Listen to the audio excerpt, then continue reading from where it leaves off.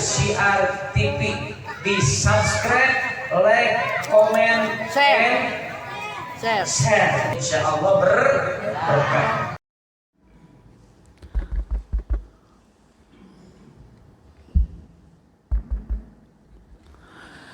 Assalamualaikum warahmatullahi wabarakatuh.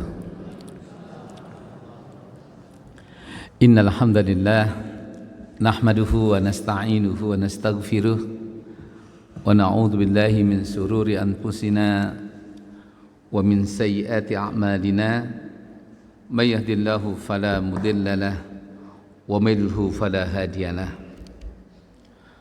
Wa nashhadu an la ilaha illallah wahdahu la syarika lah wa nashhadu anna Muhammadan abduhu wa rasuluh la nabiyya ba'dah. Allahumma salli wa sallim wa barik ala sayyidina Muhammad wa ala alihi wa ashabihi wa tabi'in bi ihsani ila yaumiddin, amma ba'd. Faqad qala Allah ta'ala fi kitabihil karim, a'udzu billahi minasyaitonir rajim, bismillahirrahmanirrahim, innama bu'istu liutammima makarimal akhlaq. Bapak-bapak, ibu-ibu segenap jemaah kuliah duha Masjid Jami Al-Fajar yang dimuliakan Allah Subhanahu wa taala. Puji syukur kita panjatkan kehadiran Ilahi Rabbi yang telah menganugerahkan kepada kita nikmatnya yang begitu besar, terutama nikmat iman dan nikmat Islam serta nikmat sehat, sehingga kita masih dapat berkumpul bersama-sama di rumah Allah untuk melaksanakan kewajiban kita, yaitu thalabul ilmi. Dan ini adalah merupakan suatu perintah Allah, sebagaimana Allah tegaskan untuk kewajiban untuk ilmu itu, ya ayyuhalladzina amanu idza qila lakum tafassahu fil majalis fafsahu yafsahillahu lakum. Wahai orang-orang yang beriman, apabila kamu diperintahkan untuk berlapang waktunya untuk menuntut ilmu, maka lapangkanlah waktumu. Artinya jangan sampai untuk hal-hal yang keduniaan itu waktu kita nggak ada kurangnya, tapi waktunya kita menuntut ilmu itu ada aja, mau arisan lah, mau jalan-jalan lah gitu kan. Ini berarti kan menyempitkan waktu kita. Tapi Allah mengatakan fafsahu yafsahillah, lapangkanlah waktumu semata-mata ini untuk Allah, untuk menjalankan perintah Allah. Karena menuntut ilmu itu hukumnya wajib. Talabul ilmi faridatun ala kulli muslimin wa muslimatin. Menuntut ilmu itu wajib bagi tiap laki-laki dan perempuan. Makanya Allah suruh lapangkan waktumu. Yang kedua, wa idza kilan suzu pansuzu. Apabila kita ini disuruh untuk berdiri, duduk ya, dalam menuntut ilmu itu artinya ikutilah apa yang telah disampaikan dari materi taklim kita itu, maka ikutilah. Kenapa? Yarfa'illahu alladhina amanu minkum walladhina utul ilma darajat. Karena Allah akan mengangkat derajat orang yang beriman itu yang punya ilmu. Jadi kalau kita ingin hidup martabat kita itu mulia, derajat kita ditinggikan oleh Allah baik di dunia maupun di akhirat, maka lapangkanlah seluas-luasnya waktu kita itu untuk menuntut ilmu. Karena jaminannya Allah muliakan kita. Wallahu khabirum bima ta'malun. Ujung ayat surat Al-Mujadilah ayat 9 ini, dan Allah itu Maha pemberi berita, Allah itu Maha membuka semua tabir yang kita belum tahu. Jadi hikmah menuntut ilmu, diwajibkannya menuntut ilmu, hikmah juga orang yang berilmu itu adalah hak rahasia Allah. Nah, pengajian pada hari ini, taklim kita, saya ingin meneruskan pentingnya kita itu membangun akhlak. Karena dasar Islam itu 3. Satu, iman. Yang kedua, Islam. Iman itu melahirkan ilmu tauhid atau akidah dalam rangka untuk memperkuat keyakinan kita kepada Allah, apalagi menjelang akhir zaman ini. Maka rukun iman yang 6 ini harus kita wujudkan dalam kehidupan kita keseharian. Karena tanda hari kiamat yang paling dahsyat itu nanti tanpa kita sadari kalau semua orang hidup itu iri pada orang yang sudah dimatikan. Seorang janda mengatakan, "Ya Allah, daripada saya hidup seperti ini, saya iri sama suami saya, lebih baik saya mati bareng-bareng." Nah, ini udah dahsyat. Ini tanda hari kiamat. Sekarang ini banyak laki dan perempuan. Kalau saya datang ke kubur, penjara kubur, saya dengerin, "Bang, hidup kok susah, nggak ada lu. Anak makin susah dipercaya, nggak ada yang peduli sama gua. Enakan lu juga yang udah mati, nggak ada yang lu pikirin." Ada nggak yang begitu? Itu tanda hari kiamat. Tanda diantaranya fitnah akhir zaman itu banyak orang yang masih hidup iri sama orang yang sudah mati. Ingat itu. Ini adalah bagian dari iman kita kepada Allah, ya Bu. Emang itu sudah logis. Kalau orang sudah mendapatkan semua di dunia ini dan dia merasa sudah cukup amalannya, ibadahnya, apalagi yang dinanti. Maka menjelang datangnya hari kiamat itu, ujian itu makin berat. Ada orang yang imannya makin bagus, tapi dia tidak lagi sanggup hidup. Dia iri sama orang mati. Ada orang yang imannya memang betul-betul mereka itu habis tanpa disadari bahwa dia sudah murtad. Tapi kalau dibilang dia orang murtad, marah. Nah, itu lebih parah. Dan yang kedua, yaitu mengenai tentang Islam ini jadi iman, ya. Terus Islam. Islam itu ya ada pada kepahaman fikih. Makanya wajib kita belajar fikih. Bagaimana cara kita bertoharoh itu ada pada ilmu fikih. Bagaimana cara kita sholat yang benar itu ada pada ilmu fikih. Bagaimana cara kita bermuamalat dengan sesama kita itu ada dalam ilmu fikih. Nah, setelah kita belajar ilmu fikih ini ada yang namanya ihsan. Ihsan itu kalau secara global anta'budallaha ka'annaka tarah. Arti ihsan itu kalau kamu beribadah kepada Allah seolah-olah kamu melihat Allah. Fa in lam tarahu fa huwa yaraka. Kalau kamu tidak bisa melihat Allah, kamu punya keyakinan Allah melihat kamu. Secara umum ini adalah akhlak. Jadi kalau kita ibadah kepada Allah itu namanya akhlak fil ibadah. Makanya semua ibadah itu ujungnya lillahi ta'ala. Kalau kita lapalkan niat itu, nawaitu shauma ghadin an adai fardhi ramadhana haji sanati lillahi ta'ala. Kalau kita salat usolli fardhu subhi rakaataini ma'muman lillahi ta'ala.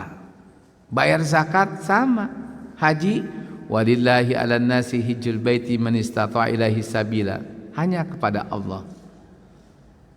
Nawaitu umrata wa ahramtu biha lillahi ta'ala. Sama semua. Nawaitu hajja wa ahramtu bihi lillahi ta'ala. Jadi akhlak dalam ibadah itu ya kalau kita bisa senderkan semua segala ibadah kita ini mutlak kepada Allah, maka itu namanya akhlak dalam ibadah. Yang kedua, kita membangun hubungan. Hubungan yang harus kita bangun pertama adalah hubungan kita sama ibu dan bapak. Ini akhlak.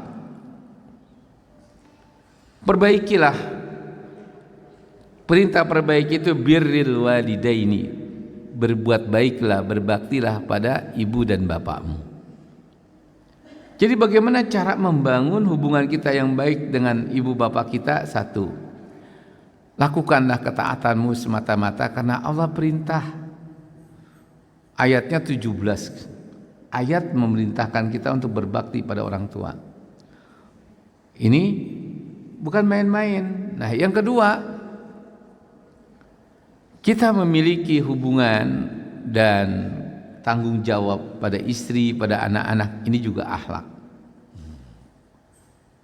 Maka kalau kita ditanya apakah suami kita berakhlak atau tidak, lihat saja hubungannya pada orang tuanya. Sayang enggak? Peduli enggak? Kalau peduli, itu tanda salah satu bentuk bagian bahwa suami kita berakhlak. Begitu pula istri, kalau tanya akhlak istrimu bagaimana, lihat saja hubungannya kepada orang tuanya dan pada mertuanya. Jadi kalau istri kita, suami kita hubungannya baik sama mertuanya, sama orang tuanya, itu sudah punya akhlak. Yang kedua, hubungannya pada istri, bagus nggak? Sama anaknya, bagus nggak, tanggung jawab nggak? Kalau dia dari mana-mana yang dipikirkan cuma anak, istri, ya samping ayah, ibu dan mertuanya, ya sudah punya akhlak ini. Kenapa Bu? Tolak ukur baik buruknya orang itu bukan karena dia pemurahnya, tapi apakah mereka bisa membangun hubungan itu semata-mata karena mereka ingin mencari doa Allah. Dan itulah dari cara dia membangun akhlak. Namanya akhlak itu ada akhlakul karimah, ada akhlakul mazmumah. Kalau orang itu memiliki hubungan yang baik, akhlak yang baik, ya akhlak itu sebenarnya cara untuk kita melakukan hubungan atau membangun jaringan. Nah, inilah yang kemarin saya sampaikan dalam konsep Ghazul Fikri. Louis IX, Zeimer, dan begitu pula Napoleon Bonaparte dalam bukunya mengatakan, untuk menghancurkan Islam itu nggak usah kita perangi umat Islamnya. Yang kita perlu setting adalah pemikiran mereka, sehingga muncullah konsep Ghazul Fikri kemarin. Apa yang disetting oleh mereka supaya kita ini hancur? Satu, tajhirul ummati, bodohkan umat itu dalam soal masalah, yakni apa itu kemarin? Iktisadiyah, ekonomi. Makanya ada hadis kadal faqra ayyakuna kufr. Hadis ini memang kurang kuat. Tetapi kalau kita perkuat dengan hadis yang sahih, al-mu'minul qawi ahabbu ilallah. Orang mukmin yang kuat secara ekonomi itu lebih baik ketimbang mukmin yang miskin. Orang mukmin yang kaya, kata Allah, lebih baik ketimbang orang mukmin yang miskin. Sependapatnya kita. Iyalah, kalau masjid ini nggak ada orang kaya, apa bisa kita bangun? Jangan-jangan masjid kita masih pakai pasir di bawahnya, atasnya masih pakai dedaunan. Tapi karena banyak orang yang punya uang, orang Islam banyak punya uang, jadilah masjid seperti ini. Maka untuk membangun masjid itu seharusnya tidak boleh minta-minta kita. Cukup kita mengenal lingkungan kita, siapa nih orang yang dianggap mampu berjariah. Karena nggak boleh bangun masjid minta sama orang kafir, yang uang yang nggak jelas, nggak boleh Pak. Karena tandanya orang itu pengen punya rumah di akhirat nanti, dia bangun masjid. Man bana masjidan banallahu baitan fil jannah. Siapa orang yang membangun masjid, Allah akan bangunkan rumah di surga. Ketika istri Fir'aun, Rabbibni li indaka baitan fil jannati wa najini min fir'auna wa amali. Ketika istri Fir'aun mengatakan, ya Allah buatkanlah aku rumah di surga. Kenapa? Karena semua Masyiah ini sudah mengabdikan dirinya untuk mengajak Fir'aun untuk beriman kepada Allah dan mendorong Fir'aun itu untuk membangun seperti yang bersifat jariah, pembangunan utilitas ya untuk kepentingan masyarakat didorong, sehingga dia yakin bahwa Allah pasti akan membuatkan rumah di surga karena ide-idenya itu. Nah, mulailah kita lihat di sini, kita kaitkan dalam surat 9, apakah benar Allah menghendaki umatnya itu dan yang terbaik adalah yang kaya. Kalau kita lihat surat An-Nisa ayat 9 bisa dibuka. Wal yasal ladina law taraku min khalfihim zurriyatan di'afa khafu alaihim falyattaqullah wal yaqulu qawlan sadida. Hendaklah kamu takut meninggalkan anak-anak kamu dalam keadaan miskin, dalam keadaan lemah, dalam keadaan juga mereka itu bodoh, nggak boleh. Kata-kata orang mukmin yang kuat itu lebih baik dari yang lemah, termasuk dalam soal ekonomi dalam membangun rumah tangga. Makanya kata Ali, wal muslimu, dan orang muslim itu hayatahu, kehidupannya kal usudu bin nahari. Jadilah ia seperti harimau yang akan menerkam mangsanya. Kita lihat harimau itu kalau dia mau menerkam mangsanya ada capeknya enggak? Enggak ada, sampai dapat. Kadang-kadang walaupun nyebur, dia jembur juga harimau itu. Kalau belum dapat, harimau itu belum berhenti. Kecuali kalau dia sudah berusaha, ternyata bisonnya melawan dan membahayakan dirinya, baru harimau itu mundur. Tapi kalau dia ngejar kijang, nggak bakal mundur. Ngejar babi, nggak bakal mundur tuh harimau. Terus sampai dia dapat. Itu makanya orang Islam itu, orang mukmin itu seharusnya hidupnya itu di siang hari seperti harimau yang siap menerkam mangsanya. Gak boleh kita berhenti. Coba hari Jumat suruh kerja nggak? Hari Jumat suruh kerja nggak kita? Kerja, karena ayatnya ya ayyuhalladzina amanu idza nudiya lis-sholati min yaumil jumu'ati fas'au ila zikrillah. Hai orang yang beriman, apabila kamu mendengar seruan azan di hari Jumat itu, maka segerakanlah dirimu untuk memenuhi panggilan itu. Ini ayat, Pak.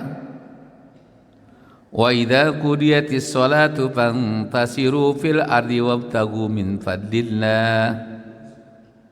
Kalau kamu sudah selesai sholat Jumat, udah kerja lagi, bertebaran.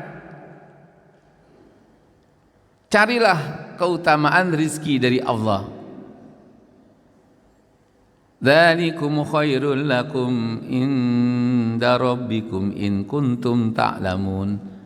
Yang demikian itu kamu aktif bekerja di siang hari, itu lebih baik walaupun di hari Jumat ini ketimbang kamu tidur malas. Nggak lihat, Pak. Coba lihat ayat itu. Jadi bukan saja Allah itu mengatakan wa ja'alna laila libasa wa ja'alna nahara ma'asa. Jadikan malam itu untuk kamu beristirahat. Karena enggak mungkin kamu akan bisa bekerja baik kalau enggak ada istirahatnya. Dan kami jadikan siang itu untuk kamu mencari kehidupan. Tapi Allah jelaskan bagaimana cara kita bekerjanya. Itu menandakan bahwa kita itu butuh kekuatan ekonomi. Kalau kita baca hadis-hadis ini, jangan sampai kita lemah dalam sektor ekonomi itu. Kalau tadi dikatakan bahwa kadal faqra ayakuna kufr, karena kemiskinan itu, kepakiran itu banyak menyeret orang menjadi kufur. Coba sekarang saya tanya, saking pentingnya kita ini membangun ekonomi yang baik. Istri para nabi itu pengangguran atau pekerja? Woi, Bu, istri para nabi itu banyakan pengangguran atau pekerja? Saya contohkan, istrinya Nabi Musa alaihissalam pekerja atau pengangguran? Nabi Musa, Bu. Bapak deh, istri Nabi Musa kan anaknya Nabi Su'aib. Nabi Musa jatuh cintanya pada waktu anaknya Nabi Su'aib itu lagi di rumahnya atau lagi ngangon kambing? Ngangon kambing, Pak. Nabi Musa lihat dua gadis cantik-cantik duduk bersama kambingnya, ya kan? Ditanya, apa yang kau lakukan di sini? Kata Musa, aku menunggu orang-orang ini selesai meminumkan ternaknya. Lalu kamu, kambingmu ini udah minum? Belum. Nabi Musa ambilkan kan? Begitu diambilin, sudah diminumin, sudah pulang kamu. Sekali, dua kali, setiap sore Nabi Musa datang ke sumber mata air itu, diminumin lagi. Tunggu, ini ada perempuan, dia nanti pulang sore. Aku minta dulu sejenak mengambil air untuk meminumkan kambing-kambing perempuan ini. 3 hari, kata anak-anaknya yang ngangon kambing, ayah, kalau ayah ingin mencari pekerja yang kuat, pekerja yang bisa dipercaya jujur, pekerja yang rajin ya, pekerja yang ikhlas, sudah ada orangnya ya. Siapa itu nak? Aku mendapati seorang laki-laki, ganteng, tinggi, orangnya berwibawa. Bolehkah aku bawa ke tempat kita ini ya? Kata Nabi Syuaib, boleh, bawalah. Begitu dibawa, Pak. Aku mendengar cerita tentang akhlakmu dan kebaikanmu. Apakah engkau benar telah memberikan minum kambing-kambing kami? Benar Tuan. Apakah Tuan marah? Tidak. Justru aku panggil engkau. Apakah engkau mau bekerja kepadaku? Kata Nabi Musa yang lagi kebingungan dikejar-kejar Fir'aun bersama beberapa Bani Israel, itulah yang sedang kucari pekerjaan. Mungkin ada orang yang mengamanahkan aku untuk bekerja, termasuk mengangon kambing itu. Tapi aku tidak punya uang untuk menggajimu. Kata Nabi Musa, enggak apa-apa, asal saya diamanah, saya akan kerjakan. Dapat jawab, ini orang ikhlas betul. Kalau gitu begini, bagaimana kalau gajinya jaminan anakku, pilihlah salah satu anakku menjadi istrimu. Menurut satu riwayat dipilih dua-duanya. Gimana kalau kamu ambil dua-duanya karena ini kembar? Nabi Syuaib mengatakan tidak, satu saja nak. Dipilihlah akhirnya anak yang paling tuanya. Nah, setelah itu sudah mengembala. Hingga akhirnya karena sudah suami istri, nak, balilah kamu ke ayah angkatmu Fir'aun itu. Pekerjaanmu sebenarnya bukan mengembala, kau adalah layak untuk mendatangi Fir'aun untuk mendakwahkan bersama anakku. Yang ibu kena tahu di sini adalah, jadi istri Nabi Musa itu pengangguran atau tukang ngangon kambing? Kambing. Sekarang saya tanya lagi, istri Nabi Muhammad pengangguran atau pembisnis? Khadijah itu pembisnis. Bahkan kenalnya dengan Nabi Muhammad karena kejujurannya, dilamar. Sekarang saya tanya, Aisyah pengangguran atau tukang tenun? Tukang tenun terkenal, Pak. Sampai itu Nabi nggak suka kalau kamarnya itu dihias dengan kain tenunannya. Kenapa? Alasannya membuat Nabi itu tidak betah di rumah-rumah istri yang lain. Karena istri-istri yang lain itu sederhana. Tapi Aisyah karena dia petenun, memang ini cucu seorang saudagar, punya modal, Pak. Dan kain tenunnya itu terkenal di mana-mana. Jadi kalau punya istri rajin dagang nasi uduk, alhamdulillah. Ini adalah istri yang soleha. Tapi kalau istri kerjaannya cuman main ke sana kemari, jadi ibu-ibu sosialita, hina, Pak, dalam Islam itu. Makanya ibu itu harus punya keahlian. Karena belum tahu kan kita apa yang mati, kita duluan atau suami kita duluan. Gimana kalau suami kita mati duluan, kita menghidupkan anak? Nah, dalam Islam ditakdirkan kalau anak yang ditinggalkan oleh ibu banyak yang gagal, tapi kalau anak ditinggalkan oleh ayahnya banyak yang sukses. Kenapa? Karena yang lebih kreatif itu adalah ibu-ibu. Ya Bu ya? Itu tanyakan semuanya. Yang ingin saya sampaikan di sini, cara merusak Islam itu dalam Ghusul Fikri itu pokoknya bodohi umat Islam itu, jangan sampai mereka menguasai ekonomi. Kalau ada pengajian, ngapain lu kerja? Perempuan nggak ada kewajiban untuk menafkahkan suami dan anak-anak. Emang nggak ada. Kerja itu nggak ada jaminan untuk menafkahkan. Yang menafkahi kita itu Allah. Yang penting ikhtiar. Jadi sunnah Nabi itu bukan perkataan tok, tapi contoh-contoh yang dilakukan oleh Nabi. Dan kita lihat lagi Nabi Ibrahim alaihissalam Pertanyaan lagi, emaknya Nabi Musa pengangguran atau tukang masak? Wih, emaknya Nabi Musa tukang masaknya Fir'aun, kerajaan, Pak. Coba Bapak perhatikan itu. Sekarang kita tanya lagi, istrinya Nabi Ayub, Rahmah, pengangguran atau tukang roti? Tukang roti keliling. Ketika Nabi Ayub itu diuji oleh Allah, digoda oleh setan, lumpuh. Siapa yang mencari makan? Anaknya udah pada mati di balik maknya. Akhirnya istrinya itu, Rahmah itu, membuka atau dikatakan bekerja dengan kakaknya, maka dia membuat roti. Setelah itu dia masarin kemana-mana. Saking takut ketahuan bahwa itu istri Nabi Ayub, dia permak mukanya, Pak.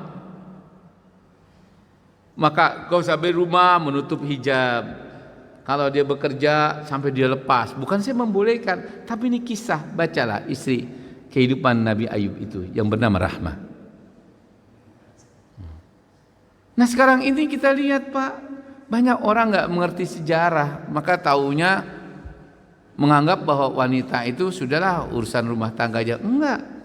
Kalau Nabi mengatakan al-ummu madrasatul ula, ibu itu pengajar atau guru yang paling utama, sekolah yang paling bermakna. Itu banyak pengertiannya. Jadi sosok guru kehidupan anak kita itu adalah istri. Makanya istri yang menentukan rumah tangga itu, Pak, untuk kecerdasan anak, untuk akhlak anak. Walaupun tanggung jawab pada bapak, tapi beban istri itu berat. Kenapa? Kata Nabi, kulukum ra'in wa kulukum mas'ulin an ra'iyatihi. Semua kamu ini memang menjadi pemimpin. Setiap pemimpin itu dia akan ditanya oleh Allah atas kepemimpinannya, tugas-tugasnya. Warrajulu ra'iyatun ala ahlihi. Seorang laki-laki yang akan ditanyakan oleh Allah pertama adalah mengenai tentang kemaslahatan kehidupan anak dan istri-istrinya. Wal mar'atu ra'iyatun ala amwali wa auladi zaujiha. Tugas seorang ibu yang pertama ditanya oleh Allah itu nanti, satu, setiap suamimu mengasih uang, hasil kerjanya itu kau pakai untuk apa? Itu yang pertama, Pak. Ditanya itu, wah saya pakai untuk anak-anak sekolah, saya pakai untuk anak-anak makan, saya pakai untuk anak-anak ini kursus. Benarkah itu? Dilihat, nggak ada yang tersembunyi. Wa may ya'mal mithqala dzarratin khairan yara wa may ya'mal mithqala dzarratin syarran yara. Itu ayat. Ditanya lagi, apakah semuanya kau peruntukkan untuk kehidupanmu? Ya Allah, saya takut suami saya lupa, maka saya sedekahkan 2,5%-nya saya keluarkan karena suami saya sibuk untuk mengatur itu semua. Tanya suami, apakah kau tahu? Tidak tahu. Alhamdulillah, istrimu soleh. Jadi kalau ibu nggak keluarkan juga, suami lupa, digecek dua-duanya itu. Langsung harta itu diibaratkan berubah menjadi suatu ular yang ganas, yang akan siap menerkam kita. Nah, orang bisa masuk surga karena hartanya, orang masuk neraka bisa karena hartanya. Orang ringan menghadap Allah karena hartanya kalau ditasarufkan untuk kepentingan dunia dan akhirat. Tapi kalau semuanya begitu ibu dikasih uang gaji sama suami, ibu pakai buat kesana kemari, bahkan anak keleleran, maka itu yang pertama, istri disiksa oleh Allah karena dia tidak menjaga harta suaminya. Ingatin, Bu. Jadi semakin kita diberikan kepercayaan oleh suami itu semakin hati-hati, karena emang itu tugas ibu. Wal mar'atu ra'iyatun ala amwali zaujiha. Jangan sampai besok juga begitu sakit, nggak punya uang, salah istri. Makanya kita disuruh cari istri itu, kata-kata tunkahul mar'ati li arba'i, kawinilah wanita itu dasar 4 pertimbangannya. Yang pertama adalah wali jamaliha, kecantikannya, itu akhlaknya. Yang kedua, walimaliha, kekayaannya, itu maksud hatinya. Punya enggak mereka itu modal kehidupan yang penuh dengan kesungguhan untuk berusaha mengembangkan apa yang ada. Hati lapang. Ingat itu Bu, kreativitas. Banyak para ahli hadis mengatakan, pilihlah istri yang punya kreativitas. Artinya enggak hanya mereka tuh diam Bu. Makanya kata pepatah, di balik laki-laki yang sukses pasti ada wanita yang cerdik dan pandai. Bahkan dalam hadis dikatakan, wanita itu tiangnya negara, bukan laki-laki Pak. Wanita itu penopang rumah tangga. Penopang itu apa sih? Tiang. Maka kalau kita punya istri, nggak bisa menjaga harta kita, nggak bisa menjaga anak-anak kita, sama dengan bangunan yang keropos tiangnya. Ini akhlak. Kalau kita baca itu dalam hadis itu, dan betapa pentingnya, makanya Nabi bilang, "Fililah wanita yang kaya." Sampai Nabi menjelaskan, ditanya, apa maksudnya Rasulullah wanita yang kaya itu? Laisal gina bi kasratil ard. Bukan yang dimaksud dengan wanita yang kaya itu yang banyak hartanya, bukan. Fa innal ginaa gina'un nafs. Orang yang kaya, wanita yang kaya itu ada yang hatinya lapang, bisa menerima suaminya dengan gaji yang pas-pasan, apalagi berlebih. Itu lapang namanya. Udah ya gampang, yang penting udah ada uang masukan sedikit. Gimana kayak caranya menambahkannya, nanti gua mau dagang ini, mau pertanian, udah sayuran jangan tahu, saya tanam kangkung di belakang rumah saya ya. Itulah wanita yang cerdik. Kita lihat Bu, di pedesaan itu yang lebih berperan wanita atau laki-laki. Begitu mau nanam padi, yang nanam perempuan. Begitu padi mau naik, laki-lakinya cuma hanya ngurusin galengan sama naur pupuk. Tapi yang nyabutin rumput kebanyakan wanita. Begitu nanti udah mau panen ya kan, suami ngomong, ya mah padi udah mau panen, ya udah mah ntar gua panggil Pak, teman-teman gua motong. Kebanyakan yang motong laki perempuan. Coba Bu lihat, dalam kehidupan masyarakat petani sama. Artinya apa? Jangan sampai kita bisa dibodohi. Salah satu faktor yang menyebabkan Islam itu adalah tidak berdaya kalau kita lemah dalam soal ekonomi.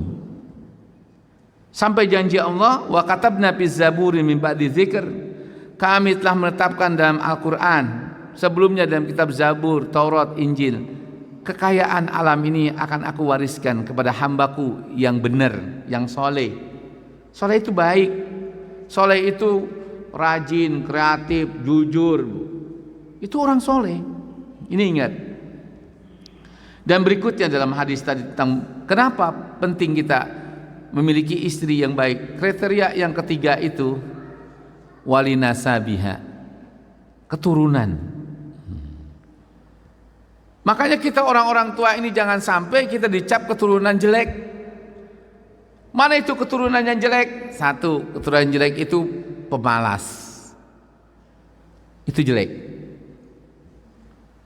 Pemalas itu adalah keturunan yang jelek.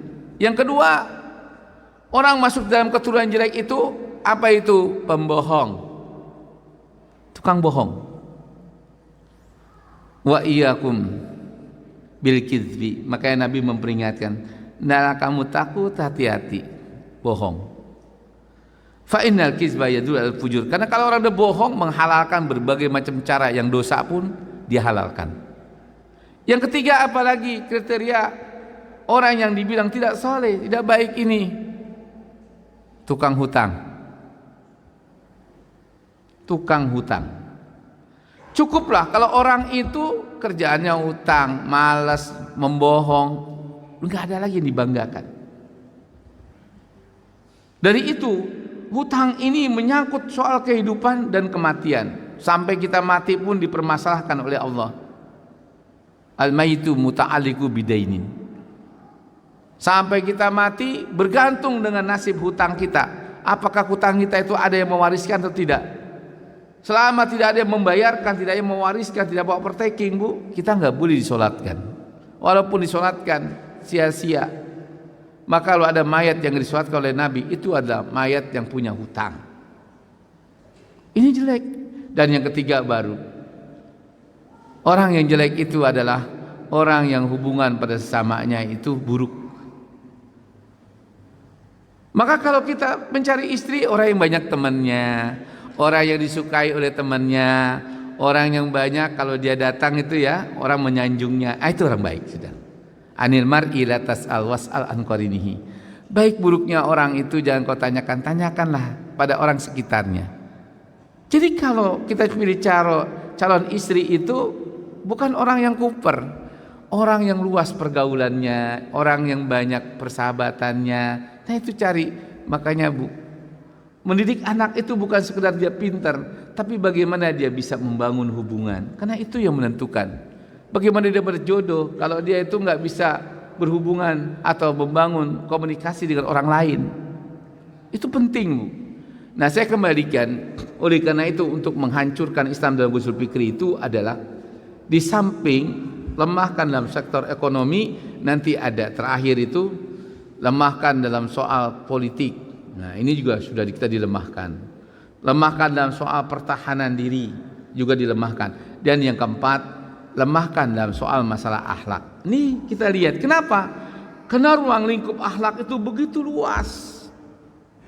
Kuat dan tidaknya seseorang itu sangat bergantung akhlaknya.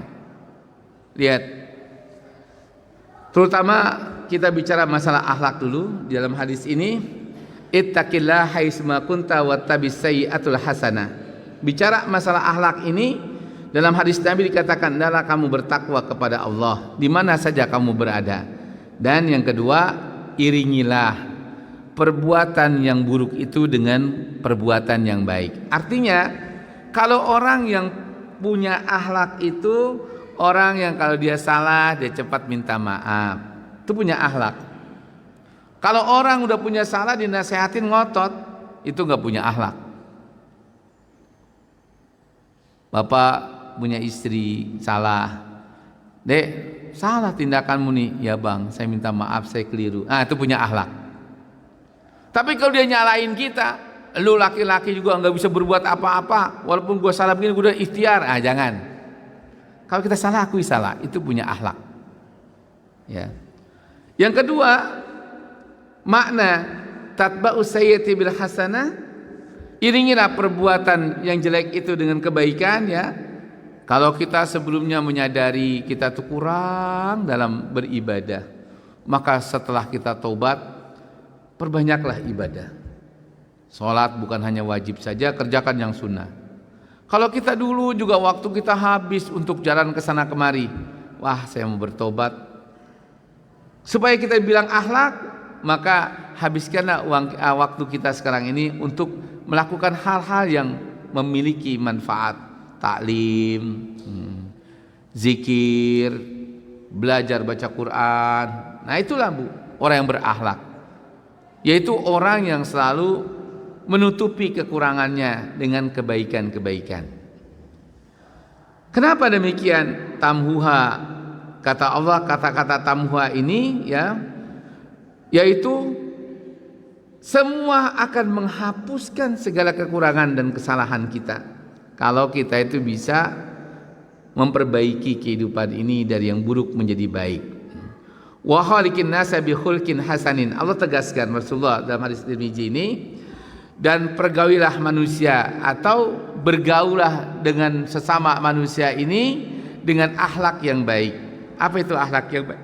Saling percaya, saling menyayangi, saling menghormati. Ini akhlak yang baik. Saling menolong. Maka kalau kita kaitkan dengan Pancasila, itu ada semua hayat ini. Ini dasar Pancasila. Makanya ketuhanan yang Maha Esa. Yang kedua,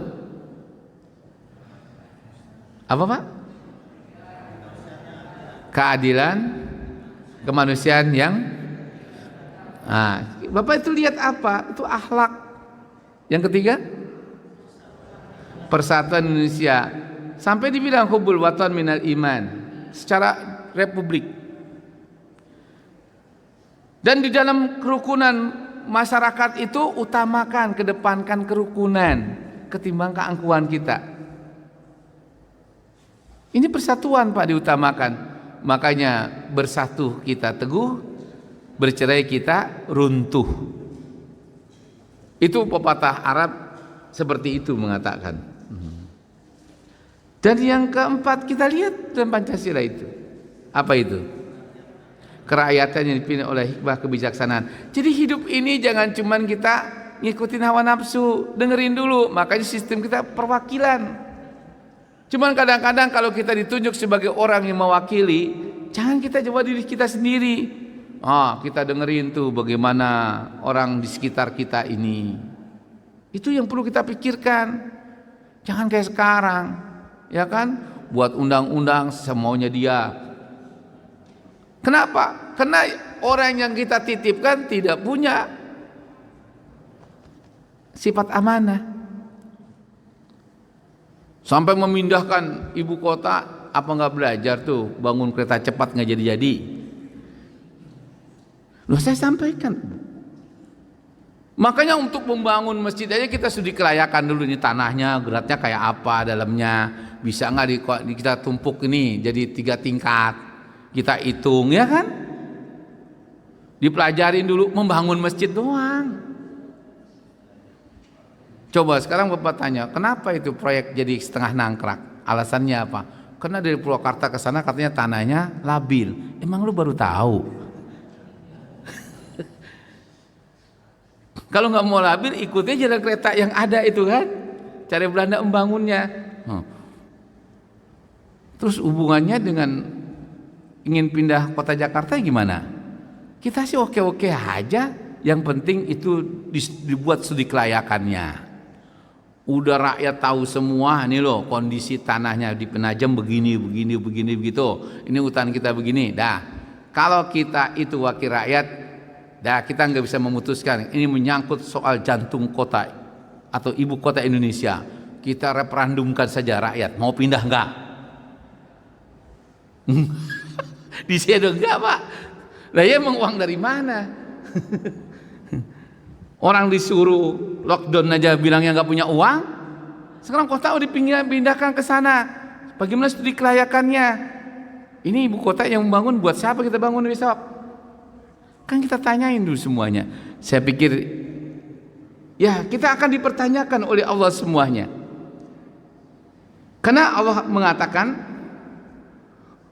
wa khaliqin nas yakhluqu hasanin.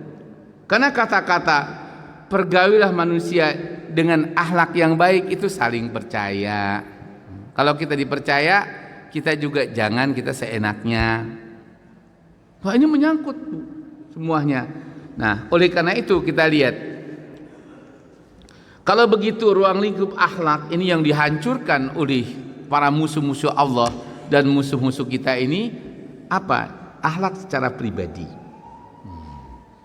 Yang paling dekat dengan seseorang adalah dirinya sendiri. Maka hendaknya seorang tersebut menyadari dirinya sendiri, karena dengan sadar kepada diri sendiri dapat menyempurnakan akhlak yang utama dan budi pekerti yang mulia. Makanya ada hadis, halakam ru'um man lam ya'rif nafsahu. Celaka orang yang hidupnya nggak tahu siapa dirinya. Kalau ditanya, Mas Agus, Anda siapa? Saya ini satu hamba Allah yang harus beribadah kepada Allah, karena saya diciptakan oleh Allah untuk beribadah. Kenal dia itu. Terus dalam kehidupan kamu, saya ini suami istri saya dan bapak dari anak saya. Nanti Allah akan tanya istrinya. Nanti Allah akan tanya anak-anaknya Mas Agus. Apakah benar nih Agus mengatakan ini suamimu? Dak, benar ya Allah. Apa tandanya? Dia kemana-mana. Setiap dia dapat uang diserahkan saya ya Allah. Karena tugas saya cuma hanya jaga kekayaannya. Kata Ida.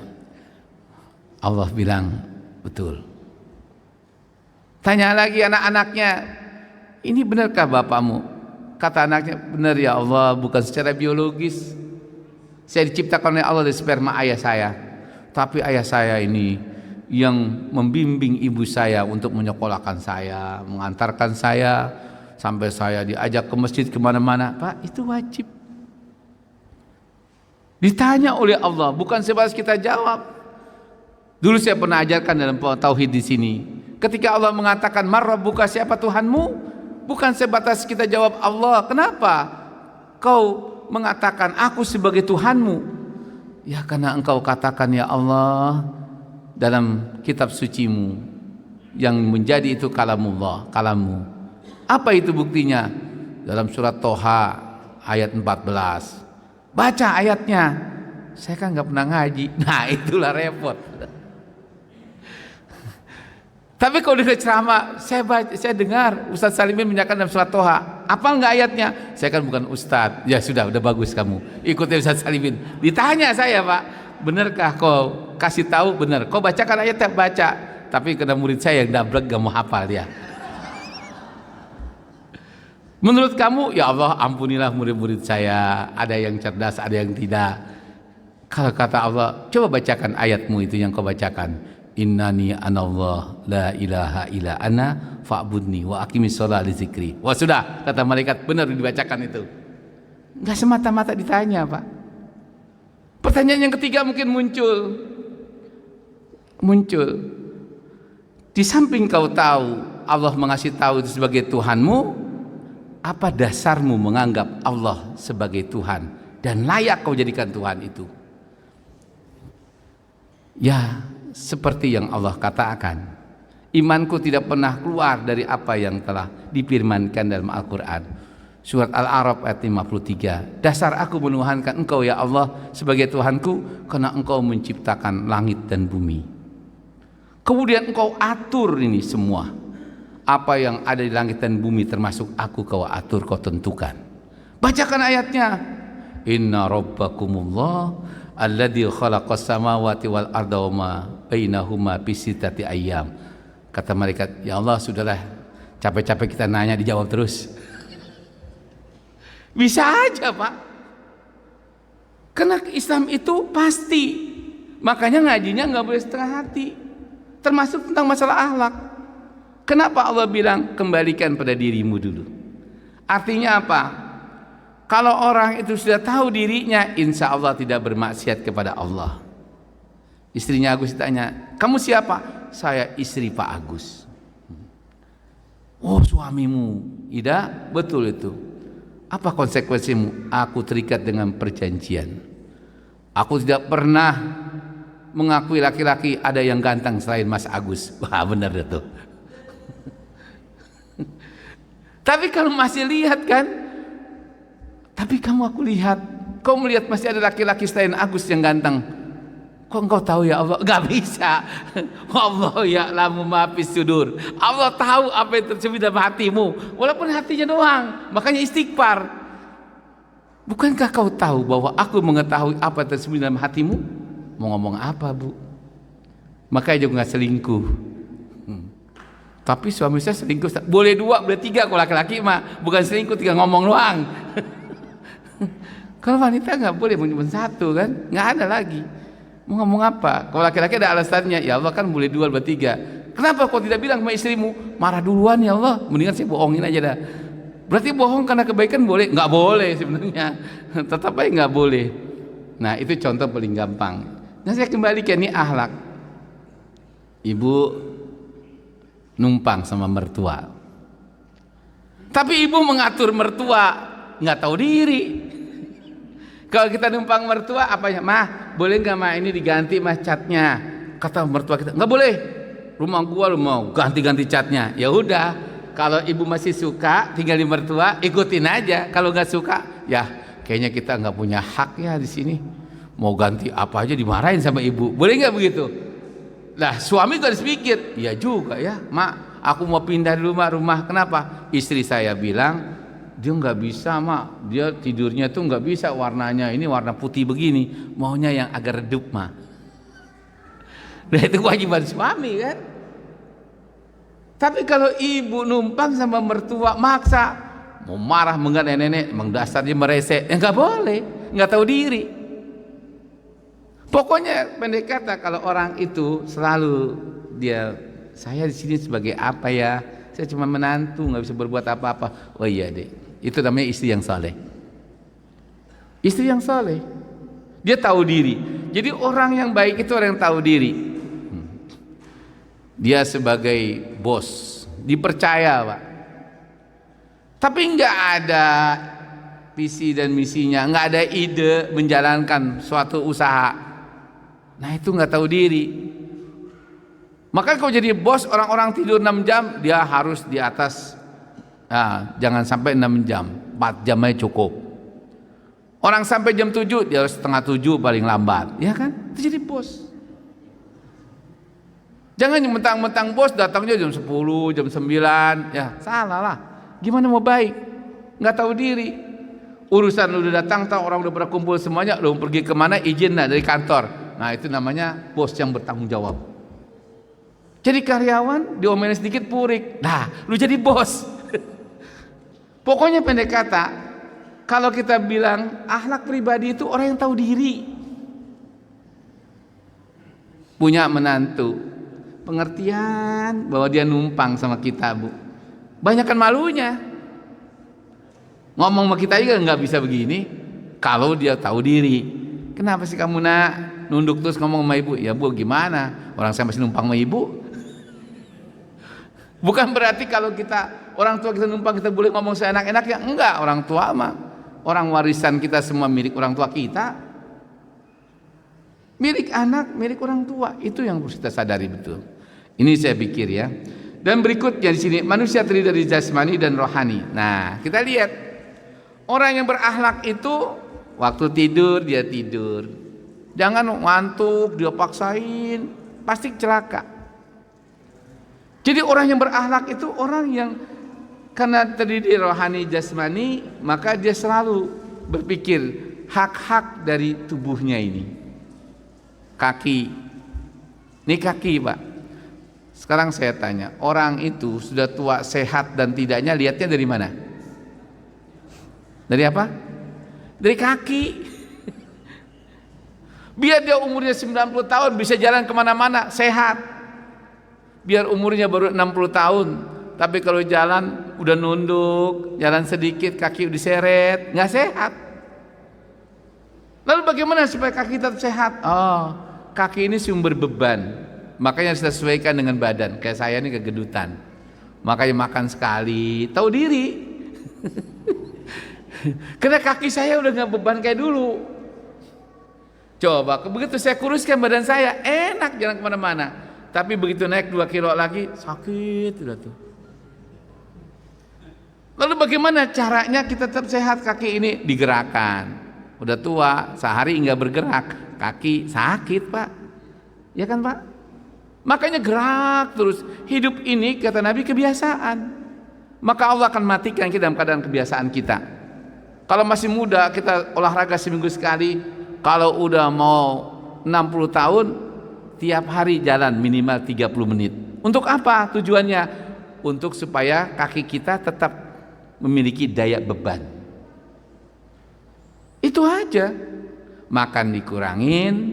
Makanya buat orang tua berlakulah, makanlah ketika kau lapar, berhenti sebelum kenyang. Kalau muda makan semaumu, berhenti kalau kamu sudah bosan. Boleh, tapi kalau udah tua, ya gunakan hadis Nabi, makan ketika kamu lapar, berhenti sebelum kenyang. Udah ngemil aja. Oh, kalau kita lihat kesehatan Nabi itu kembali kepada diri kita masing-masing. Jadi tahu beban ini, ya. Mata. Kalau dulu saya bawa mobil Pak, Bekasi, Surabaya, Malang, Banyuwangi, saya nggak berhenti itu. Sampai subuh pagi. Minum Parmaton 1 udah sampai Banyuwangi saya tuh. Nanti kalau istirahat diem gitu kan. Orang bingung, ngapain sih lu gitu? Ya, kalau saya jalan-jalan gitu. Tapi kalau sekarang begitu dari sini bawa mobil sampai Cirebon, gue mau tidur dulu ah. Kok nggak kayak dulu? Iya, sekarang saya manjain diri saya, ya kan? Emang kalau udah 4,5 jam bawa mobil, udah umur di atas 60, pasti gini-gini terus Pak. Udah istri bilang, Bang, berhenti dulu Bang, kita tidur. Sehat, Tidur setengah jam sehat nggak Pak? Sehat. Ya memang iya. Orang yang berakhlak begitu jangan dipaksakan diri. Ini ingat, maka kita lihat, dan dimanapun manusia berada pastinya melakukan perbuatan baik, yaitu pada dirinya sendiri. Tadi waktu istirahat, waktu makan, ya. Tadi makannya diatur oleh Nabi. Makan sebelum kita itu waktu lapar, berhenti makan sebelum kita itu kenyang. Itu ingat. Yang hendak dikendalikan setiap orang adalah hatinya. Nah, yang kedua hati. Mudah kalau mau sehat, hati kita kendalikan. Bagaimana caranya? Ada orang begini-gini, gue udah cukup dulu masih muda, gue bisa semua. Sekarang gue pasrah apa yang ada pada gue. Sehat sudah Pak. Tapi gue udah badan tua masih mikirin, tetangga bikin ini dia mikirin, sakit deh Pak. Cepat stroke gitu. Makanya punya suami udah pensiun Bu, jangan suka ngomong yang berkenaan tentang dunia. Karena dia udah gak untuk kerja lagi sama kita. Udah Bang, tetangga mau beli apa aja, kita mau ini, udah bersyukur. Hati. Jadi ini berkaitan dengan akhlak orang yang pintar menjaga hati. Dan ketahuilah bahwa di dalam tubuh itu ada segumpal daging. Ini sering saya sampaikan, ya. Fil jasadi qalb, ada dalam jasad kita itu segumpal darah. Idza saluhat suluhatil kullu, wa idza fasadat fasadil kullu. Maka segumpal darah itu baik semuanya. Dan kalau segumpal darah itu rusak semuanya. Hahil qalb, itulah hati. Maka orang yang berakhlak itu adalah satu orang yang bisa tadi menjaga dan mengenal tentang dirinya sehingga dia penuhi semua kebutuhannya, tentang kebutuhan jiwanya, ya kan? Kalau memang kita kata dokter, ya ini kayaknya hidup Bapak kurang vitamin, beli vitamin. Ini hidup Bapak harus berhenti merokok, berhenti. Itu namanya berakhlak. Udah ketahuan, ya kan, batuk-batuk nggak pernah berhenti, ya kan, asma, merokok, nggak punya akhlak ini. Kenapa? Dokter sudah mengatakan boleh Bapak dulu sombong merokok masih, tapi begitu dokter udah bilang nggak boleh merokok, berhenti kalau kita punya akhlak. Ini ingat. Berikutnya pengertian akhlak dalam keluarga. Tadi secara pribadi, ya. Akhlak ini meliputi kewajiban orang tua. Nah, lihat saja baik buruknya berakhlak dan tidaknya anak itu hubungan pada orang tuanya. Udah satu Bu. Tanya aja, Bahar, ini Agus bagaimana? Ya Allah, si Agus mah nggak pernah ibunya susah. Ini akhlaknya bagus sudah. Tapi kalau gimana Bahar? Ya si Agus nggak peduli. Mau bocor mau enggak rumah itu udah nggak ada bapak yang nggak peduli, nggak punya akhlak sudah. Gampang Pak, nanya seseorang itu tanya pada ibunya aja, ibu bapaknya. Makanya kalau anaknya dekat sama ibunya, jangan diapa-apain Pak, udah. Kenapa? Emang Nabi bilang begitu. Orang akan menanya tentang anak kita, dia mau jadi mantu atau tidak, ditanya itu istri kita. Anak ibu yang ini emang gimana Bu? Kalau di rumah, Masya Allah, luar biasa. Nggak adalah anak saya selain seperti Agus ini, udah. Baik gitu. Kenapa? Ini. Yang kedua, tanya pada istri dan anaknya. Karib itu istri. Jadi baik dan tidaknya orang itu tanya satu anaknya, bapakmu bagaimana? Suami ibu bagaimana? Pak, Allah nggak suruh tanya ini orang itu. Nggak butuh pengakuan orang lain, tapi orang dekatnya. Anil mar'i la tas'al was'al an qarinihi. Itu ingat. Kenapa begitu? Karena orang tua sini kita seorang anak haruslah mencintai kedua orang tuanya, karena mereka lebih berhak dari segala manusia lainnya untuk yang kau cintai, taati dan hormati. Begitu pula seorang itu dia harus mencintai istri dan anak-anaknya. Pasti itu yang akan ditanyakan semua. Nah, maka orang tua, ibu, bapak itu sudah punya kewajiban mengasuh, mendidik dan menyekolahkan semua anak-anaknya. Mencintai dengan ikhlas agar kamu menjadi orang baik, berguna dalam masyarakat, bahagia dunia dan akhirat. Jaminannya itu. Kalau kita baik sama orang tua ini, maka dunia akhirat. Oleh karena itu Nabi mengatakan, ridallahu fi ridhoil walidain wa sukhtullahi fi sukhtil walidain. ridhonya Allah kalau emak bapak kita ridho dengan kita, dan Allah marah kalau emak bapak kita marah dengan kita. Itulah maksud wa katabna fiz zabur min ba'di dzikr anar aldo yarisu min ibadiyas salihin. Bumi ini akan kuserahkan kekayaannya kalau anak itu baik pada ibu bapaknya. Udah apa? Bapak nyari penglaris jangan jauh-jauh. Ada di mana?